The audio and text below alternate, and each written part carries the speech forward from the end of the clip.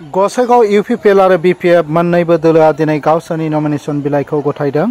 गसाइगाव बिसायख'थि मावख'आव इउपिपिएल दोलोनि साबा बिजाथिफोर आरो बिपिएफ दोलोनि साबा बिजाथिफोरा खेबसेयैनो नमिनेशन बिलाइ गथायदों। मोनफ्रोमबो राजखान्थि दोलोनि बिजाथिफोरा गावसोरनि मावथिफोर आरो मददगिरिफोरजों लोगोसे रंजा बाजानि गेजेरजों गसाइगाव जिल्ला बिसायख'थि मावख'गिरिनो गावसोरनि नमिनेशन बिलाइखौ गथायनाय समाव रंजानायनि थासारि नुनो मोन्दों।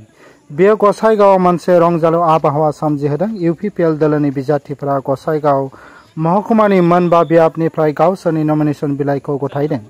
बिजाथिफोरनि गेजेराव दं 4 नं जमदुवार बियाबनिफ्राय सरनजित बसुमतारी, 5 नं सराइबिल बियाबनिफ्राय राजु कुमार नार्जारी, 6 नं कसुगाव बियाबनिफ्राय उकिल मुसाहारी, 2 नं गुमा बियाबनिफ्राय मुर्शिदा बेगम आरो 3 नं श्रीरामपुर बियाबनिफ्राय विल्सन हासदा। जायफोरा सिगांनिफ्रायनो गावसोरनि नमिनेशन बिलाइखौ गथायखांबाय बिथांमोनाबो रंजानायाव बाहागो लानायखौ नुनो मोन्दों। बेराफारसेथिं सानजौफुनि 1 रिंगायाव बिपिएफ दोलोनि बिजाथिफोराबो ज' जानानै गाव गावनि नमिनेशन बिलाइखौ गथायदों। मैं कसुगाव समष्टित मैं कैंडिडेट हिसाबै नमिनेशन फाइल करिलो। आनंद लागिছে। राइजे दले बले आहिছে आरो मैं भाबो 22 तारिख सेप्टेम्बर जेहेतु निर्वाचन हबले गई आछे 26 तारिखत आमी फलाफल पाम आमी निश्चय आमी जिकिम आरो राइजर कारणे आमी राइजर লগত आलोचना करि ভাল भावे आमी काम करिम। दলৰ পৰাই আজি নমিনেশ্যন ফাইল কৰিলো। আমি গসাইগাঁও সাব ডিভিজনত 5টা ক্যান্ডিডেট আমি ইউপিপিএল হিচাপে আজি নমিনেশ্যন ফাইল কৰিলো। সকলোৱে জিকি যাব, ময়ো জিকিম। এইবাৰ আপোনাৰ কেনেকুৱা নহয়, আগতেও হেৰুৱাইছে, এইবাৰো ফেক্টৰ নহয়, আমি জিকিম। নাই, এতিয়াও বাকী কেইটা নমিনেশ্যন দিয়া নাই, হয়তো বা নিদিবও পাৰে। এতিয়া কোৱাটো অলপ টান, সেইকাৰণে আপোনাৰ নমিনেশ্যন দিয়াৰ পিছত সকলোৱে গম পাব কোনে টাপ, কোনে সহজ, কোনে সৰল, এইবিলাক আমি গম পাম। তাৰমানে সেইকাৰণে এতিয়ালৈকে জাষ্ট আমি প্ৰথম নমিনেশ্যন ফাইল কৰিলো। বাকীবোৰ কৰে নকৰে এইটো বেলেগ কথা, নকৰিবও পাৰে, এইটো কোৱাটো টান অলপ। সেইকাৰণে মই কচুগাঁও সমষ্টিবাসী ৰাইজক মই ধন্যবাদ জনাইছোঁ। আপোনালোকৰ আশীৰ্বাদত মই 22 তাৰিখত ভোটদান আপোনালোকে কৰিব, 26 তাৰিখত ফলাফল পাম, মই জিকিম। 100% চৰকাৰ আহিব, ইয়াত কোনো সন্দেহ নাই। যিহেতু আজি যি ৰাইজৰ যে সঁহাৰি যে পোৱা একমাত্ৰ বিটিচিত ইউপিপিএল দলে, সেইকাৰণে ইয়াত কোনো এটা কিবা কম্প্ৰমাইজ নাই। চৰকাৰটো এবছলিউটলি মেজৰিটি লৈ আমি চৰকাৰ গঠন কৰিমেই প্ৰমোদ বড়ো ডাঙৰীয়াৰ নেতৃত্বত।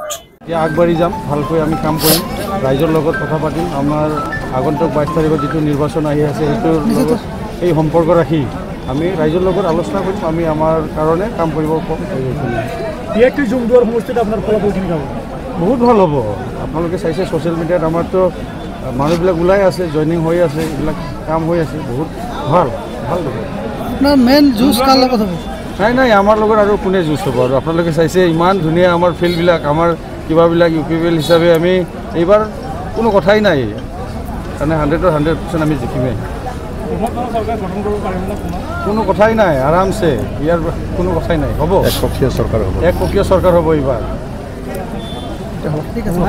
ফূৰ্তি আজি বহুত আনন্দি, কিয়নো আজি আপোনালোকে দেখা পাইছে পুৰা গোসাইগাঁও ডিষ্ট্ৰিক্ট অৰ্থাৎ টাউন পুৰা ভৰ্তি হৈ গ'ল। গতিকে আমি যিমান টাৰ্গেট কৰিছিলোঁ, যিমানখিনি আহিব দিছে তাতকৈ ডাবল আহি গ'ল। আজি আমি 5টা বিপিএফৰ কেণ্ডিডেট আজি ইতিমধ্যে আমি নমিনেশ্যন অলৰেডি সম্পূৰ্ণ হৈ গ'ল। গতিকে আজি যিটো দৃশ্য, সেই দৃশ্যই আজি আমি ক'বলৈ পাৰোঁ যে আমি 5জনে আজিৰ দিনত জয়ী হৈ আছো। আমি বিজয় অলৰেডি হৈ গ'ল বুলি ভাবিলোঁ। আজি মনোনয়ন পত্ৰ দাখিল কৰা হেজাৰ অজস্ৰ মানুহবিলাকে অংশগ্ৰহণ কৰাৰ দ্বাৰা দি এইটোকে স্পষ্টভাৱে প্ৰমাণ হিচাপে দেখুৱাইছে যে বিপিএফ দলৰ 5টা সমষ্টিৰ 5জন কেণ্ডিডেট আমি যিসকল আছো, আমি 5জনে ইতিমধ্যে জিকিছোঁ। 5জন কেণ্ডিডেটক এতিয়া কোনেও ৰখিব নোৱাৰে। 5জন কেণ্ডিডেট চবে বিপুল ভোটৰ ব্যৱধানত আমি সহজে জিকি যাব পাৰিম, ইয়াৰ কোনো সন্দেহ নাই।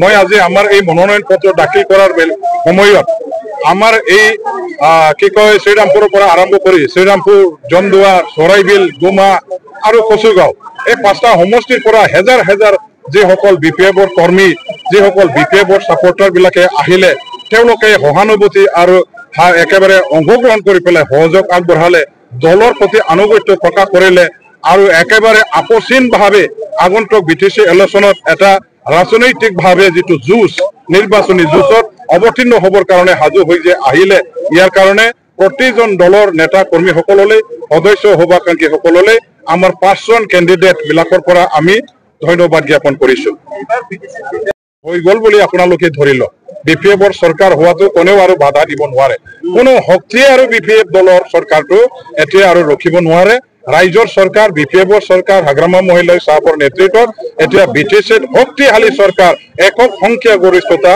অৰ্জন কৰি পেলাই আমি চৰকাৰ গঠন কৰিব পাৰিম ইয়াত একো সন্দেহ নাই চাওক যিমান জব কেণ্ডিডেট আমি থিয় কৰাইছো প্ৰত্যেকজন কেণ্ডিডেটে জিকি আহাৰ এই স্পষ্ট পিকচাৰটো আমি দেখিবলৈ পাইছো কোনো দলৰ পৰা আমাৰ সন্মুখত প্ৰত্যাহ্বান আছে বুলি আমি নাভাবো আমাৰ যিটো ইনষ্ট্ৰাকচন হিচাপে ফৰ্মালিটিজ আছে এইটো হৈ থাকিব আৰু মই পুনৰবাৰ ধন্যবাদ জনাইছো আমাৰ দলৰ শীৰ্ষ নেতৃত্বত থকা আমাৰ নেতৃত্ববৰ্গ আৰু ধন্যবাদ জনাইছো আমি গুমা ব্লকৰ সকলো সদস্যকে সকলো কৰ্মকৰ্তাকে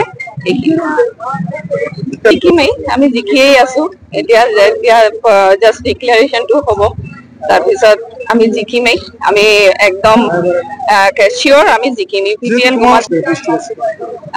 জিকাৰ পিছত আমি বহুতখিনি কাম কৰিব লগা আছে গুমা সমষ্টি হিচাপে বিগত সময়ত এই ধৰণৰ কোনো উন্নয়নমূলক কাম হোৱা নাই আৰু এতিয়া আমি জিকাৰ পিছত বহুতখিনি কাম কৰিব লগা আছে ৰাস্তা ঘাটৰ পৰা আৰম্ভ কৰি মহিলা সবলীকৰণৰ পৰা আৰম্ভ কৰি আমাৰ শিক্ষাৰ ক্ষেত্ৰতো আমাৰ কিছুমান কাম কৰিব লগা আছে সেইবিলাক আমি কৰিম বুলি সকলোৰে আশীৰ্বাদ পাইছো আমি আৰু আগন্তুক সময়তো পাম এইকাৰণে আমি আশাবাদী আৰু আমি চিয়ৰো আছো যে আমি সমষ্টি উদ্ধাৰ কৰিব পাৰিম ইউপিপিএল জিকিব